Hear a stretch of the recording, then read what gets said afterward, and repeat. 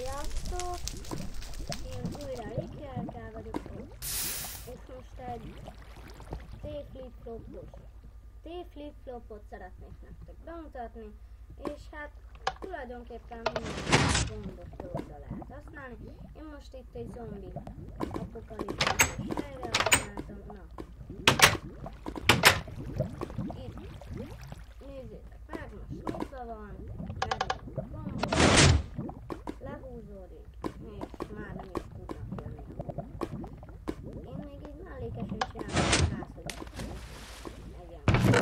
Nem lépéseire 5 lépés menni, de hát tök véletlenül szívva vagyok. Jó, kimegyek, oké, és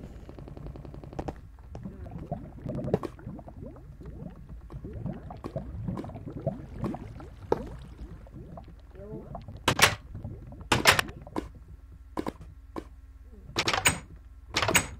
Nem bírok bemenni. Jó van. Na erre jó lesz, hogyha tudsz fázni, de mégis van hív.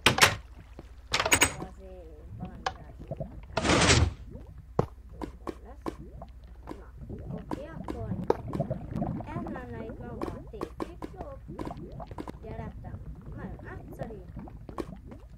Igen, és mivel itt 2 jelkorlátja van, hogy ne szaladjanak össze, ezért repeateröket használtam, és ezeket bekötöttem ide. Majd ezt az egész T-flip-flopot ebbe. Jó, most a T-flip-flopot kimegyek és megmutatom, hogy kell megépíteni. Nagyon egyszerű.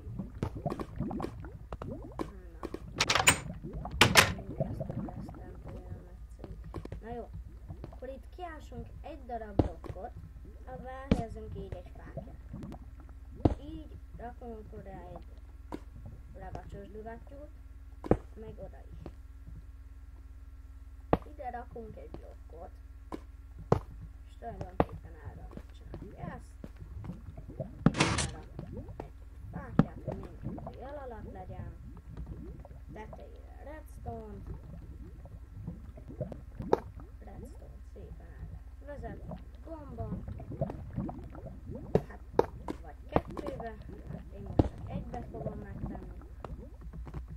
Jó, ugye hát, és ebből így kell, innen ahol van a redstone fákja, fontos, hogy onnan kell elvezetni a jelet, mert csak akkor lesz aktív.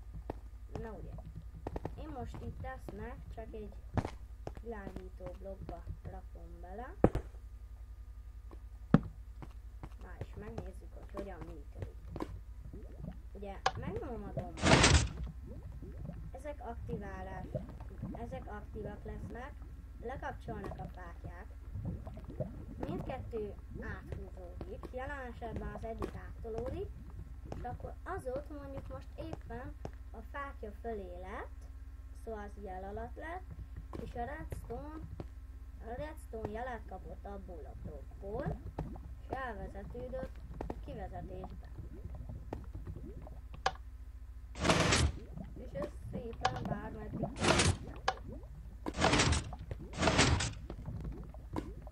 na ugye, megmutatom, hogy kell kettő helyről csinálni. Na, 2 gombosra. Ha szeretnénk ilyet, jó, most működik. Aktiválódik. Nem. Az is aktiválódik. És így mi tulajdonképpen helyről kapcsolhatunk le azt a híret, de ez karoka azért nem lehetséges, mert akkor össze-vissza menne és egymásba közül. De hát ez a videó ennyi is lenne, hogyha kérdésetek van, akkor posztoljatok alul egy kommentet. Köszönöm, hogy megnéztétek ezt a videót. Sziasztok!